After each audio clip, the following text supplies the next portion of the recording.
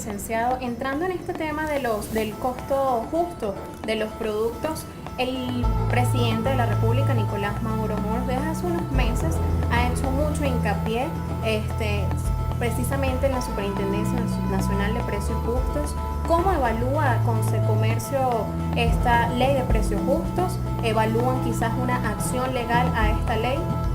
Mira, lo primero que hay que decir es que la ley de precios justos es la ley y hay que acatarla. Y eso está muy claro los comerciantes, que es una ley, de hecho fue hace poco declarada constitucional, vuelta a declarar constitucional. Sí, el tema es que la ley restringe mucho la actividad comercial como tal y nos preocupa básicamente el tema de los costos. Hay muchos costos naturales dentro de los precios que no están incluidos dentro de la ley. Por ejemplo, si yo tengo un pequeño local y yo quiero hacerle una bienhechuría al local y le pido prestado a un banco para hacer eso, yo ese préstamo, ese monto de ese préstamo, eso yo no lo puedo reflejar dentro de mis costos. Al igual de que si hago publicidad para el negocio, para que me vaya más gente para comprarle, vamos a poner el mismo ejemplo, una zapatería o una ferretería o una franquicia. Esa publicidad, ese costo por publicidad tampoco está incluido dentro de los costos, al igual que el vendedor que yo tengo vendiendo en la tienda, ese costo por venta o esas comisiones por venta tampoco lo incluye en los precios. Entonces, si tú tienes un máximo de un 30%, porque es hasta un 30%, además tienes que meter todos estos costos adicionales dentro del precio del producto, además de los tributos, además de la ley, etcétera, etcétera, etcétera, pues entonces los comercios no van a tener mucho margen de ganancia allí y esa es la parte que nos preocupa, porque la idea, como le decía hace un ratico, no es tener comercios débiles o comercios con anaqueles vacíos. La idea es tener muchos productos en los anaqueles. Pensamos que la ley definitivamente no favorece a la libre iniciativa, a la libre empresa y sobre todo al libre emprendimiento. Hay muchos emprendedores nuevos que tienen sus ideas guardadas o engavetadas porque no se atreven a lanzarse en un mercado que no les garantice un retorno para su inversión. Es ahí el problema, es ahí donde nosotros pensamos que la ley es bien restrictiva para nuestro sector. Licenciado Tancredi, ¿cómo están las relaciones de Consecomercio con el gobierno actual? ¿Cómo está ese diálogo? Mira, nosotros fuimos desde el primer momento en que se convocó el diálogo, el 26 de febrero de este año, acudimos a Miraflores, un grupo de empresarios, fue el presidente Fede Cámara, presidente con Industria, estuvimos allá reunidos, escuchamos los planteamientos de la Conferencia para la Paz. Posteriormente nuestras cámaras afiliadas y empresas se reunieron con muchos de los funcionarios. Después tenemos que revisar lo que hablamos de la ley del trabajo. Es muy importante que se revise el tema de la inamovilidad laboral. Yo necesito poder tener los empleados que producen en la empresa. ¿Por qué? Si yo tengo 4 empleados en mi negocio y resulta que uno no me está produciendo, eso es el 25% de mi fuerza laboral. ¿Por qué yo no puedo sustituir a este empleado por otro que sí produzca? Primero, ese empleado me le está dando malos ejemplos a los demás. Y segundo, está pasando en este momento lo que se ha llamado el presentismo laboral. Es la gente que va a las empresas, pero no trabaja.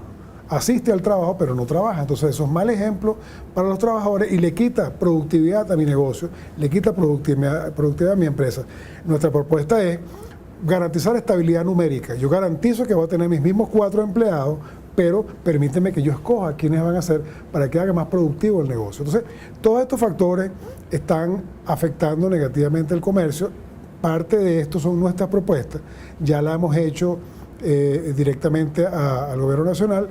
En esta semana estamos solicitando audiencia con el nuevo equipo económico para no solamente llevar nuestra propuesta, sino también ponernos a la orden para trabajar en conjunto, porque al final nosotros pensamos que sin el concurso del Gobierno Nacional, con la empresa privada, con los trabajadores y los consumidores, va a ser muy difícil resolver los problemas en Venezuela. Pensamos que cada sector necesita al otro para poder resolver. Ya lo dijo el expresidente Lula de Brasil, que hubiera sido imposible sacar a más de 40 millones de brasileños de la pobreza crítica si no hubiera sido porque el gobierno nacional hizo una conjunción con la empresa privada y con los trabajadores para poder resolver los problemas internos. Perfecto, licenciado. Usted hablaba del compre venezolano, hablando un poco del mercado interno, la situación, cómo se encuentra el mercado interno. En este sentido, ¿cómo evalúa usted a la fecha el sistema de otorgamiento de divisas, que ha traído mucho que hablar? Bueno, mira, todo viene por un control cambiario que tiene 11 años, que cumple 11 años en el 2014. Y tenemos un sistema de cambio que tiene 4 tipos de cambio, básicamente. Tienes un 6.30, tienes un 11 SICAD 1, tienes un 50 bolívares por dólar, que es un SICAD 2, y tienes un mercado paralelo que no para de subir. Por cierto, ya a raíz de la flexibilización de la ley de ilícitos cambiarios se puede hablar del mercado paralelo, eso existe. Y lamentablemente esas 4 tipos de cambio, o esos 3 tipos de cambio oficiales, han traído distorsiones al mercado. Tú, por ejemplo, y te voy a dar un ejemplo típico, si tú obtienes SICAD 1 para traer un radiador para un carro, ¿verdad?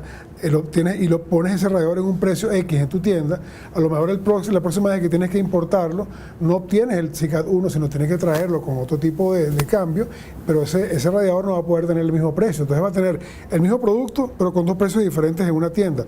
Es tan sencillo como eso. El tipo de distorsión que tiene el mercado en este momento en el país. Lo que nosotros hemos dicho es que le hemos tomado la palabra a varios funcionarios, entre ellos el señor Rafael Ramírez, el ahora canciller, que habló de la unificación cambiaria. Nosotros hemos dicho que eso sería muy sano para el país, que hubiese un tipo de cambio o 2 tipos de cambio, de manera de que no hubiese estas distorsiones que hay en este momento en cuanto a precios, y por supuesto eso ayudaría a garantizar el suministro de productos en los anaqueles de los negocios.